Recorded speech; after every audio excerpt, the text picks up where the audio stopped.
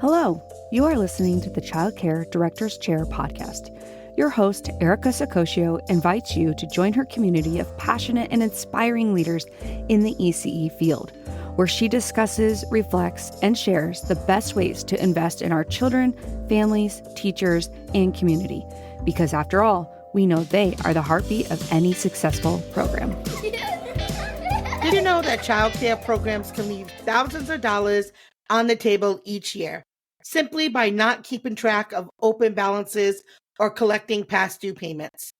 Imagine the impact on your bottom line if you could prevent losses with few interruptions just by using a smart digital strategy.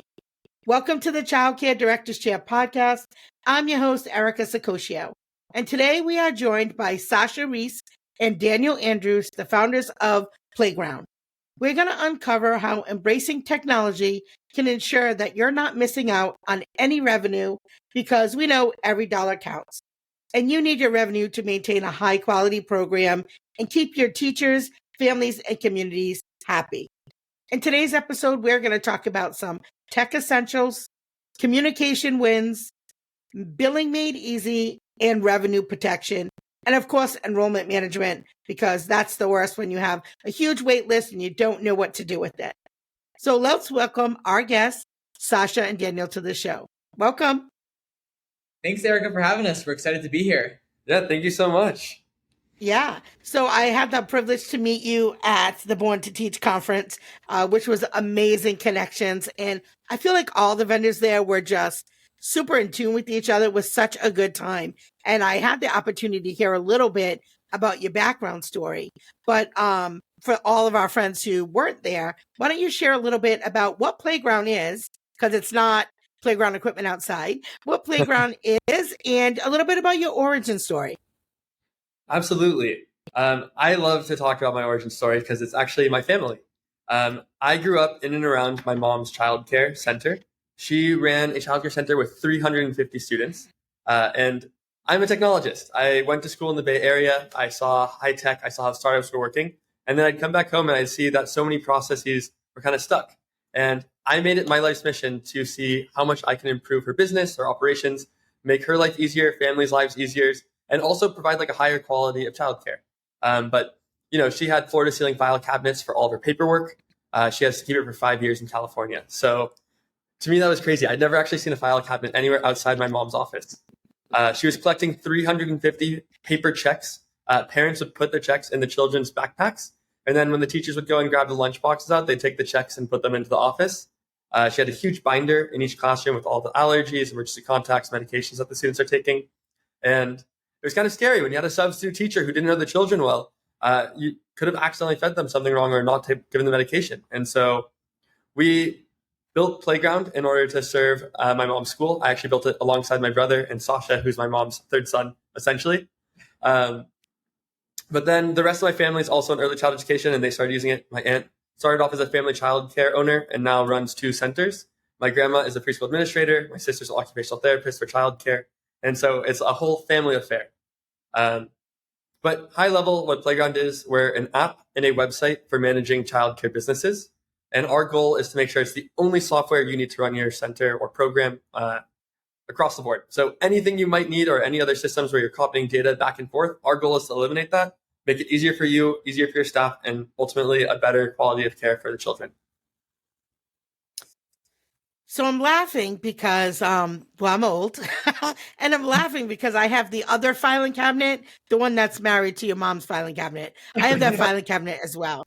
So many of us, it sounds like your mom was running like so many of us who have been in the business for a long time. You're right. The binders that literally cover end to end, the bookcases, filing cabinets, all of the things. So I started using technology to run my business. I would say maybe about 6-7 years ago. So I wasn't very quick to move to that. Like so many other folks who may have been in the business a long time, or they're a little scared of technology. I will say I'm very happy that I have, moved to using technology to help run my business. It has made things a lot better. The folks at my bank don't really remember what I look like anymore because I don't go to the bank because everything is done electronically. But yeah, so I think that this is a time where people are looking at, not only because there's a lot of apps, not only do I need an app, because I think we've all come to the realization we need an app, but how do we know what is the right app for us or the right digital tool? And if I'm not using the correct terminology, feel free to jump in, but I'm going to call it an app. How do we know like what platform is the best for our businesses? Because everybody's business is a little different. Absolutely. And truthfully, everybody's business is different. Like that is a fact. Everybody has their unique flares that they're adding. Ultimately, though, we're all in the service of children. We're all working in childcare. One fun thing, I'll let Sasha go into more about the product, but one fun thing about us, my grandma is now in her 70s, almost her 80s. She might kill me for saying that. But we developed something called the grandma test. Can my grandma figure out how to use our app, our software? And if she can, then we know we did something right. If we have to explain it to her, if we have to walk her through it, if we have to point to her where to click, we know that we messed up somewhere along the way, and we know that we need to go and fix that. But yeah, Sasha can talk about more about the software evaluation process. Well, I think that piece is really interesting because when you are evaluating a software, it should pass the grandma test. It should be easy enough for you, but really for your, all your teachers, all your parents, not just your parents, but also their parents. Like you have grandparents coming in. You have to really consider everyone. Is this intuitive for everybody? I think that there's a couple other pieces when you are evaluating software, either if you've never implemented software at your childcare business before, or if you currently have one and you're evaluating if it still meets your needs. It's really important to go through and basically do an operational audit of how you're spending your time, how you and your team, for that matter, are spending your time. Are you doing things over and over again? Are you trying to balance and juggle multiple systems where you're plugging information into one system, taking it out of another? Because all those things are theoretically points on a list that you should go to and make sure that that software that you're looking at actually meets those needs. I think at a very tangible level, at least like the way that Playground is approaching it, there's a couple really big pieces that we try to focus on. And like Daniel said, our goal here is to streamline everything and consolidate it as much as possible. So if you're looking at not just your core functionality, like collecting payments from families and attendance and communication, but also how are you paying your teachers? Are you using a separate app for that? How are you doing your marketing and how are you getting new leads into the door? Are you using a separate app for that? Are you not doing anything at all? Those are all things that you should be looking at to see, hey, is this something that we can put all into one? And we can definitely go into more depth there, but at the end of the day, you want to spend as little time as possible managing different systems and as much time as possible leveraging them so that you can automate away that tedious work and so that you can spend your time on the higher leverage stuff that moves the needle forward. Okay, and I love the grandma test. And that's very true, and no, because I'm thinking about my center, and I'm sure I'm not the only one. We have some grandparents who come pick up, and, we're like, oh, yeah, just scan the QR code. They're like, I don't even have a phone, my dear. And I'm like, so, being able to have a variety of ways. So when people log in and out, do they have a PIN number? Is that how that would work? Yeah, I mean, there's a bunch of different ways. Again, it's important to us that Playground that we are meeting people where they're at. So whether it's a PIN, whether it's a QR code, whether it's enabling the teacher or the administrator to do it themselves on their own iPad or on the computer, there's honestly a lot of different ways. And usually when someone works with Playground, we have world-class folks on our onboarding team where they'll put together a specialized plan and ask them, hey, like, what do your parents prefer? What do your grandparents prefer? And then here's the best way to accomplish that in Playground. Okay. So let's say I'm a center that isn't using any digital communication right now. What would your advice be, or what's the easiest way to transition smoothly from traditional binder filing cabinets to a digital communication method? That's a great question. And that's one that we hear very frequently because we talk with folks all the time about this. I think the number one thing is thinking about, like, if you've been doing this, running this business for 10, 15, 20 years, a lot of things that you're doing, a lot of processes are probably not broken, so why fix them? At the same time, it's important to take a step backwards and be like, what am I spending a ton of time doing? Am I manually filling out and punching in families' like enrollment paperwork across multiple places? How long does it take me to process these files? What am I losing by spending this time on this, right? Like it could be that's your Saturday morning. Maybe you're not able to sleep in or go to your grandkids' baseball game. Who knows? But there's options out there for you to eliminate that kind of tedious administrative work. One thing I'll say is for in terms of like adopting communication, if you've never had before, one of the most significant or powerful things we've seen is the emergency alert system that we offer with like texting, app notifications, and emails. My mom's school is very large, but this also applies even if you have 20 families. If there's an emergency and you need to make 20 phone calls really quickly because you have a fire or there's a tornado or some emergency you need to vacate the building, making 20 calls or 50 calls or in my mom's case 350 calls is just not feasible. And so just having that system in place to be able to type a message, press send from your phone from anywhere, and immediately it'll send a text message to every single family is kind of crazy. And so that modern technology enables us to have that. And so something like that, you could start expanding out to when are days off, or reminders for pickups, or reminders for a fundraiser, or a back to school night, or an open house. And so there's ways to kind of dip your toes in, see that value, and realize, wow, I didn't have to make 50 calls today. I just kind of pressed the button and it was there. Your parents will thank you. Your parents will Yeah, I think your managers will thank you too. So I can tell you that we had a digital platform during COVID. And so when the regulations were changing all the time, over the weekend, somebody could message me and say, my kid tested positive for COVID. And we were able to send a blast to all those families almost immediately of here's what happened. Here's what you need to do. Here are the next steps, that kind of thing. So that was really was priceless during COVID, and hopefully we won't have COVID ever again like that. But just saying, but that's a great thing. And I also live in New England, so we get snow, and sometimes you have to close the school for snow. We wait I hate to say right up to the last minute because I really try not to close, but we do wait right until we see is there actual snow. I don't close for predicted snow.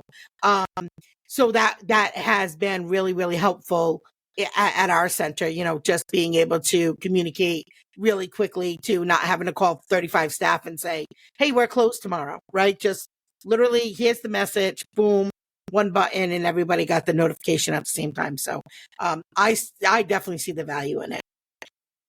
So let's talk about, let's talk about money. So what are the most common billing mistakes that you see or billing challenges that you see, and how can your platform help prevent some of it? There's a lot of nuance to come in with billing. It seems really easy. Someone signs up for a weekly or a monthly charge or whatnot, and then they just get billed. It is never like that. For example, let's say you are raising rates this year and you give staff a 10% discount. You have to go and recalculate that 10% discount for everybody or whatever that discount might look like.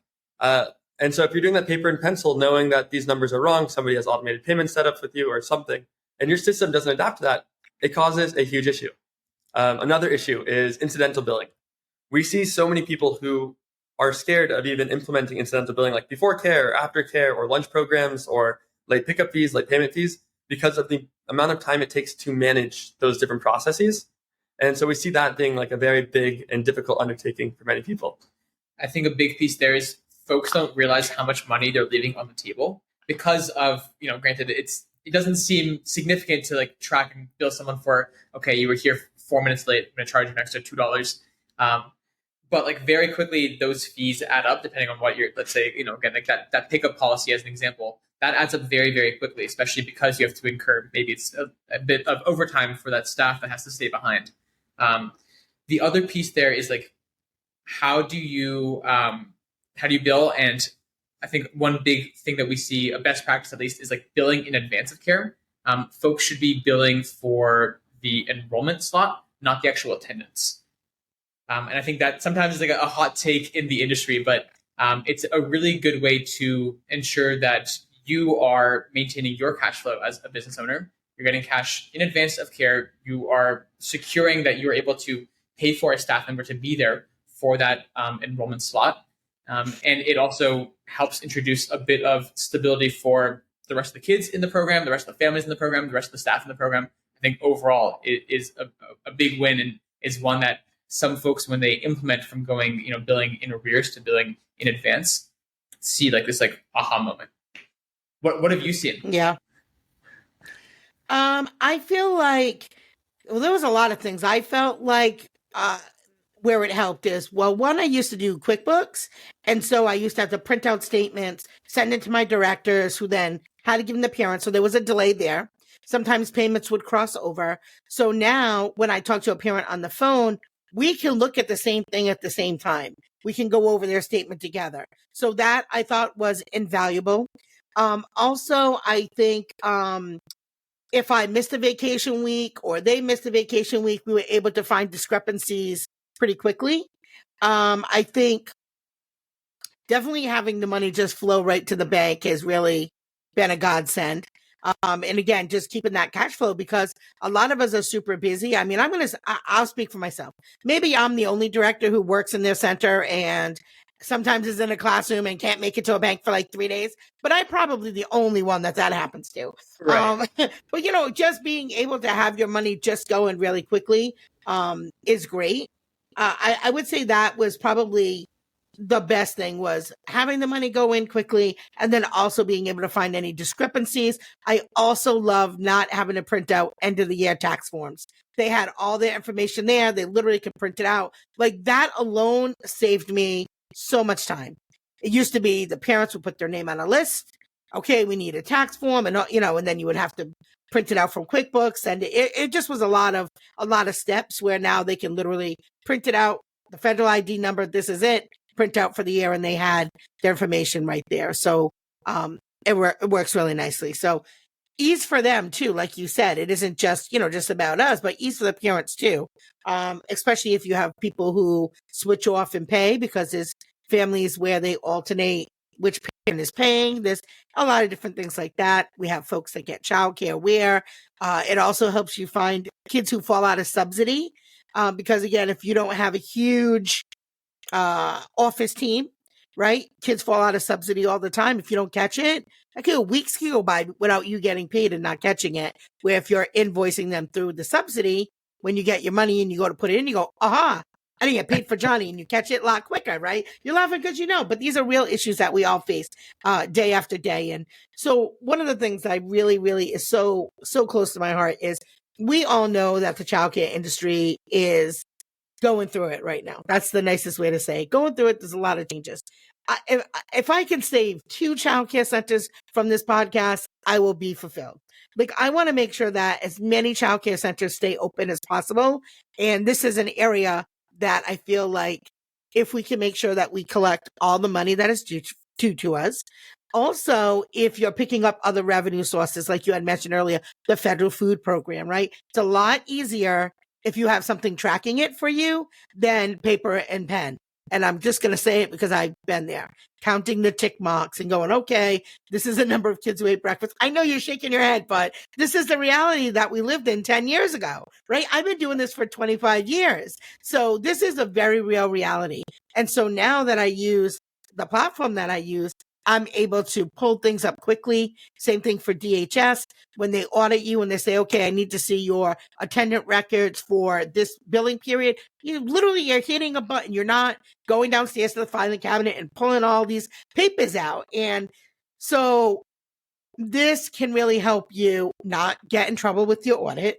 It can help you make sure you're maximizing your money that's coming in and going out. So I didn't mean to take over the show, guys. So let's go back to Playground. But this is the real life of what we're living. So it is transformational, though. It really is just like a step function up in quality of life and running your business. So there's a lot to say. Yeah. Share an example with us of a customer maybe that you feel like Playground has really significantly improved their childcare center operations, and maybe how. Yeah. No, absolutely. I think one comes to mind immediately. This great guy, Jermaine, out in Long Island in New York, runs Little Minds Universe. And I remember I met him for the first time at a childcare success Summit event, like the Chris Murray events. And he stopped by the booth and we started chatting about, what he's up to. Obviously, I'm always super curious to learn more about how folks are running their childcare businesses. And he was telling me about, I think he was using 7 different systems at the time. For, I think, QuickBooks for billing. There was a Facebook group for communication. He was, I think, paying for HubSpot or some other CRM to get leads through the door. ADP for payroll. DocuSign, of course, a huge one for the enrollment. I'm sure missing 1 or 2 others. But it was just like this insane, almost like Frankenstein of, definitely it was better than nothing, but still just like almost as much time spent on managing these different systems. And when I showed him Playground and like all that he could consolidate, it was like mind blown. So out of the box, just in terms of cutting all the software spend, he was able to save just directly $500 or $600 per month just off the bat. But also immense savings from an hour perspective each month on not having to juggle those tasks anymore. So now we have payroll in one, we have CRM in one. Never has to leave the system. The gains there for him also were now he could put that money into staff salaries or bonuses for folks that are sticking around.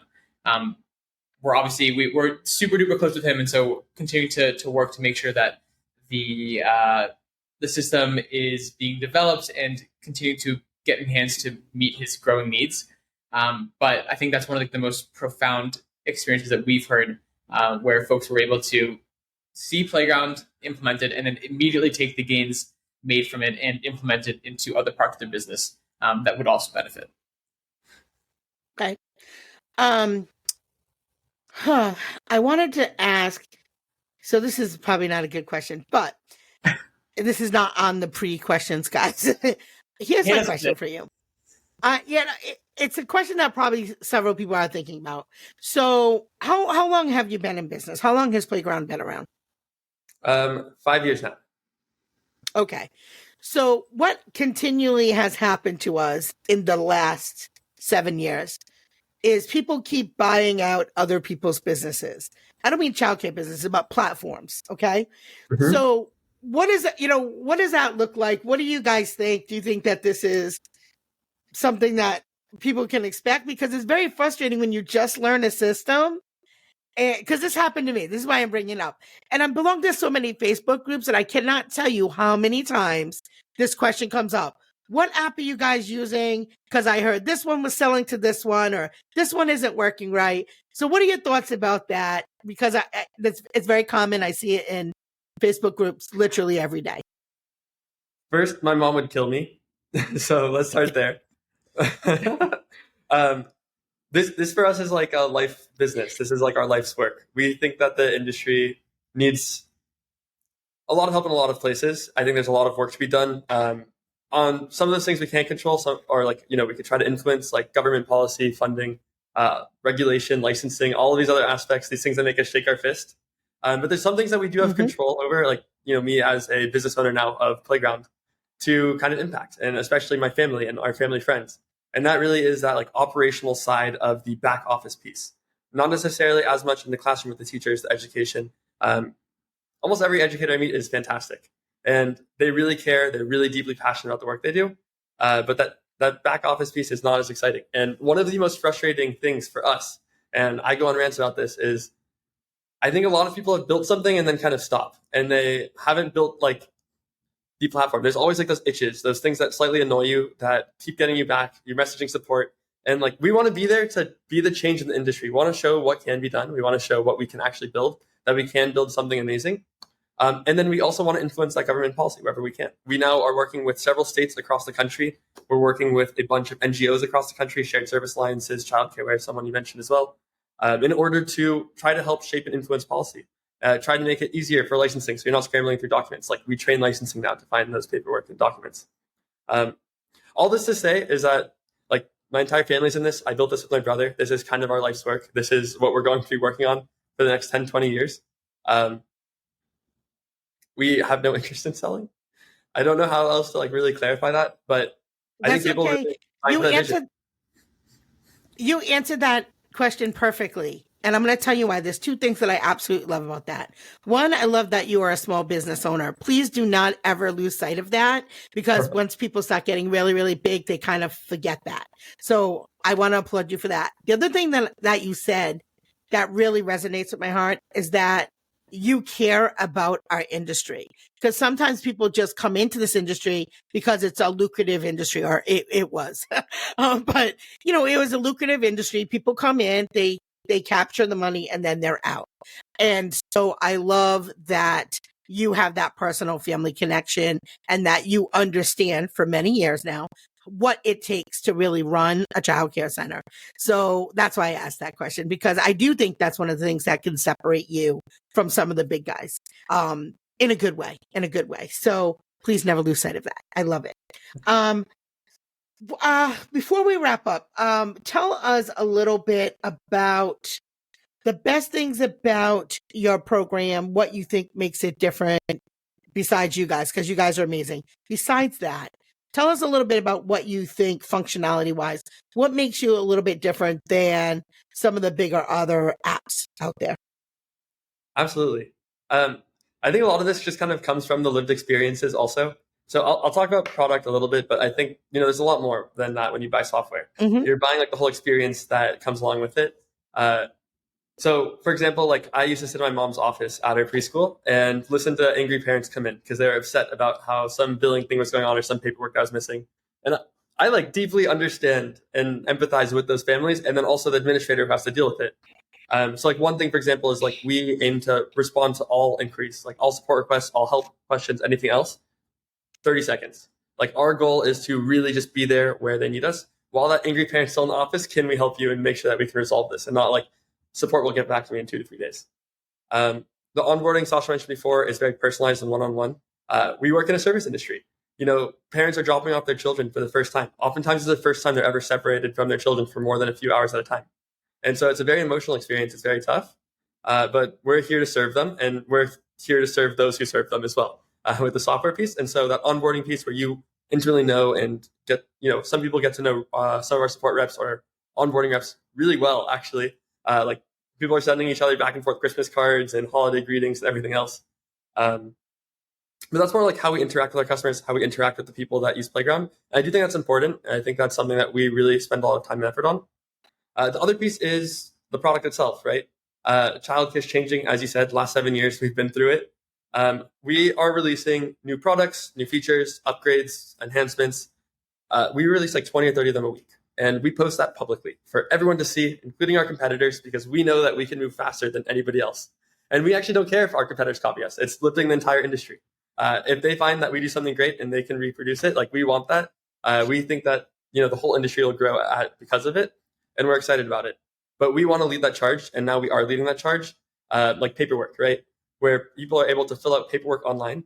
That is the first product that we actually built outside of attendance. And so we now see that as becoming a more common thing that we led the charge with. And so we see the whole entire industry elevating from that. And, I still think we have the best overall of all of those different functionalities that we build. But, we are releasing these new things. We are building these new things that really change the game for people. In terms of existing products, Sasha, yeah. To that. I mean, I think right now there's no one else in the space that has the core childcare management platform that, you are familiar with and know and love. But folks also have access to payroll all in one, CRM and marketing automation in one, food program management, really like the entire gambit all in one, not having to use integrations or buy other products that maybe they talk a little bit to each other. It's all housed in one place under one login. We can get like infinitely more granular and detailed there, but like at a high level, our goal is to keep everything all in one. So if you're using a Gusto or an ADP, you could say goodbye and you could just get that in Playground. But that's like at a high level how we're thinking about it. Yeah, that's awesome. I mean, it almost sounds like you should have named this the director's assistant or something, because that's what it really feels like. It feels like giving your director an assistant. So if you have multiple locations, do you have the one function, or do you have to have multiple accounts? One function. Like so one dashboard. That's really what I want to say. we have what we call a multi-site dashboard. And so we give you all the dashboards breakdowns of everything across all of your locations. We have all the roles and permissions to manage access to make sure people can only see what they're supposed to see. And then we have like the single site location management as well. So awesome. Like some multi-site owners we see will set rates across all of their locations, and they can create that at the multi-site level. And then, like, for example, their directors can only just charge people at those rates. They can't add their own discounts or other pieces. Other times that's a lot more adjustable, and so you can go and adjust that.